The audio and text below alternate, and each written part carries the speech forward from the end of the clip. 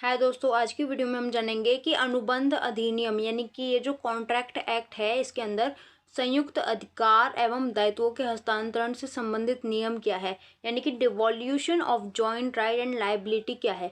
अब एक बात सभी को पता है कि जब हम कॉन्ट्रैक्ट करते हैं तो हम किसी एक इंसान से करते हैं, बेसिक जो कॉन्ट्रैक्ट होता है, ठीक है। जैसे कि मान लो मुझे घर खरीदना है, तो मैंने तुमसे कहा कि मुझे इस लोकेशन पे इतने रुपए में ऐसा घर दिला दो, ठीक है। ऐसा तो है नहीं कि मैं 10-15 लोगों को बुला के लाऊंगी और मैं उनसे बोलूंगी कि ये घर मुझे तुम 10 के 10 मिल के दिलाओ, ऐसा नहीं होता, ठीक है। लेकिन जब दो या दो से ज्यादा लोग मिलकर दो या दो से ज्यादा लोगों के साथ कोई कॉन्ट्रैक्ट करते हैं या फिर कोई एग्रीमेंट करते हैं, तो उसे संयुक्त ठहराव एग्री यानी कि जॉइंट एग्रीमेंट बोलते हैं। जैसे कि अमित और सुमित ने संयुक्त रूप से, यानी कि इन दोनों ने लवी और छवि नाम की दो लड़कियों को 500 रुपए देने का वचन किया। तो यहाँ पे क्वेश्चन उठता है कि अनुबंध के पालन के लिए कौन जिम्मेदार होगा। यानी कि अमित और सुमित इन दोनों ने कॉन्ट्रैक्ट किया कि हम तुम्हें 500 रुपए देंगे, तो इस कॉन्ट्रैक्ट को फुलफिल करने के लिए, यानी कि इस कॉन्ट्रैक्ट के पालन के लिए कौन जिम्मेदार है, अमित जिम्मेदार है या फिर सुमित जिम्मेदार है या फिर ये दोनों जिम्मेदार हैं। साथ ही साथ किसके द्वारा पालन की मांग की जा सकती है, यानी कि लवी और छवि इन दोनों में से कौन इस कॉन्ट्रैक्ट के पालन की मांग कर सकता है, कौन ये बोल सकता है कि तुमने जो कॉन्ट्रैक्ट किया था 500 रुपए देने का, उसका पालन करो। तो ये समझने के लिए हमें धारा 42 से 45 देखनी पड़ेंगी। अब जो बेसिक क्वेश्चन है वो ये है कि अनुबंध, ये जो अधिनियम है इसके अंदर, हाँ सॉरी, ये जो अनुबंध अधिनियम है इसमें संयुक्त अधिकार और दायित्व का हस्तांतरण क्या है, यानी कि संयुक्त अधिकार और संयुक्त दायित्व क्या है। तो ये आपको समझ आ जाएगा सेक्शन 42 से। देखो, जब दो या दो से अधिक व्यक्तियों ने मिलकर कोई वचन दिया है, अब यहाँ पे दो व्यक्ति हैं, एक का नाम है रवि और एक का नाम है अमित। इन दोनों लड़कों ने मिलकर लवी लवी लवी और छवि को 500 रुपए देने का वचन दिया। इन दोनों, जब दो या दो से अधिक व्यक्तियों ने मिलकर कोई वचन दिया है, ये दो व्यक्ति हैं रवि और अमित, इन्होंने मिलकर कोई वचन दिया है, तो इन्हें अपने जीवन काल में उस वचन का संयुक्त रूप से पालन करना होगा। यानी कि ऐसा नहीं कि खाली रवि अकेला करेगा, नहीं, इन्हें संयुक्त रूप से वचन का पालन करना होगा। यानी कि दोनों को मिलकर 500 रुपए इन दोनों लड़कियों को देने होंगे। यदि इन दोनों में से किसी एक की या फिर दोनों की मृत्यु हो जाती है, तो ऐसी कंडीशन में इनका जो उत्तराधिकारी है, यानी कि इनका बच्चा बेटी जो भी हो, वो वचन का पालन करेगी, ठीक है। तो संयुक्त अधिकार और संयुक्त दायित्व यहाँ कैसा है, अगर हम खाली लवी के अधिकारों की बात करें तो ये तो अकेले इंसान का अधिकार हो गया।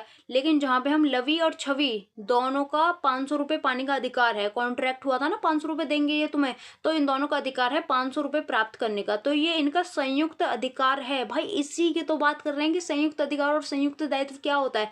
तो इन दोनों लड़कियों का संयुक्त अधिकार है 500 रुपए प्राप्त करना, और इन दोनों लड़कों का संयुक्त दायित्व यानी कि संयुक्त कर्तव्य है उन्हें 500 रुपए देना। इसी की तो बात हो रही थी पीछे कि संयुक्त अधिकार और संयुक्त दायित्व क्या है, ये पूछ रहा कि संयुक्त अधिकार और संयुक्त दायित्व क्या है। यानी कि जब दो लोग या दो से ज्यादा लोग मिलकर अपने अधिकारों की मांग करें या फिर अपने दायित्वों का पालन करें, तो वही संयुक्त अधिकार और दायित्व है।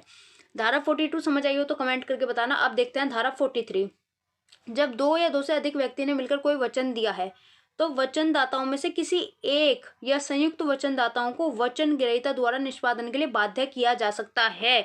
यानी कि मान लो 1, 2 और 3, इन तीन लोगों ने RC नाम के, ये दो लड़के हैं RC, इन्हें घर दिलाने का कॉन्ट्रैक्ट किया, लेकिन बहुत दिन हो गए घर दिला के नहीं दे रहे हैं, तो ये RC ये चाहें तो इन सबको फोर्स कर सकते हैं कि घर दिलाओ घर दिलाओ घर दिलाओ।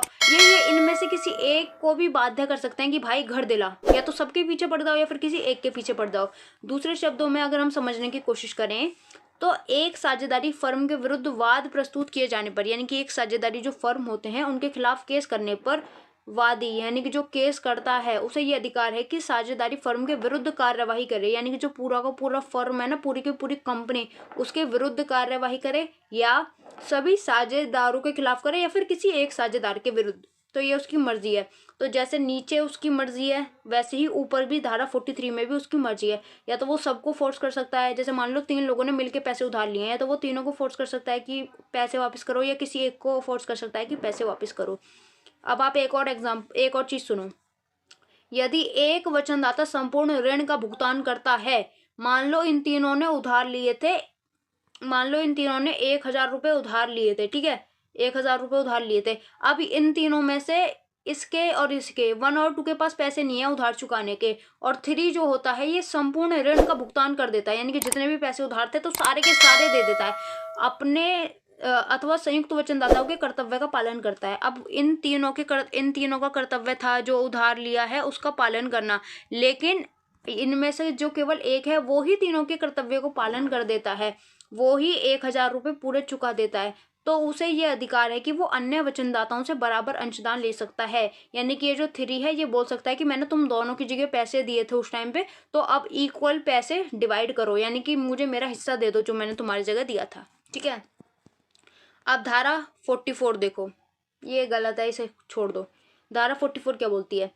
संयुक्त वचनदाताओं में से यदि वचन ग्रहीता द्वारा किसी एक वचनदाता को वचन के पालन से मुक्त कर दिया गया है तो अन्य वचनदाता मुक्त नहीं होंगे।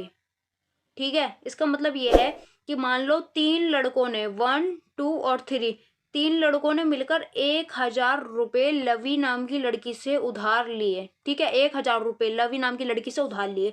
अब ये लवी बोलती है कि 3 तू रहने दे, मैं 1 और 2 इन दोनों से अपने 1,000 रुपये ले लूंगी, तू रहने दे भाई, तू रहने दे, छोड़ दे तू। ठीक है, तो ऐसी कंडीशन में लवी ने तो 3 को मुक्त कर दिया कि तू रहने दे, लेकिन 1 और 2 3 को मुक्त नहीं कर सकते, ये लिख रहा ना ही वह स्वयं अन्य वचनदाताओं के प्रति अपने दायित्व से मुक्त होगा।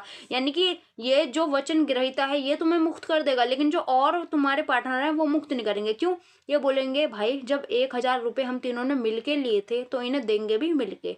ऐसा नहीं है कि उसने बोल दिया तो तुम फ्री हो गए, जब 1,000 रुपये मिले थे तब खाए तो सबने बराबर, लेकिन उनका जो हिसाब है वो हम दोनों क्लियर करें, तो ऐसा नहीं होगा। तो बेसिकली इस धारा का ये मतलब है।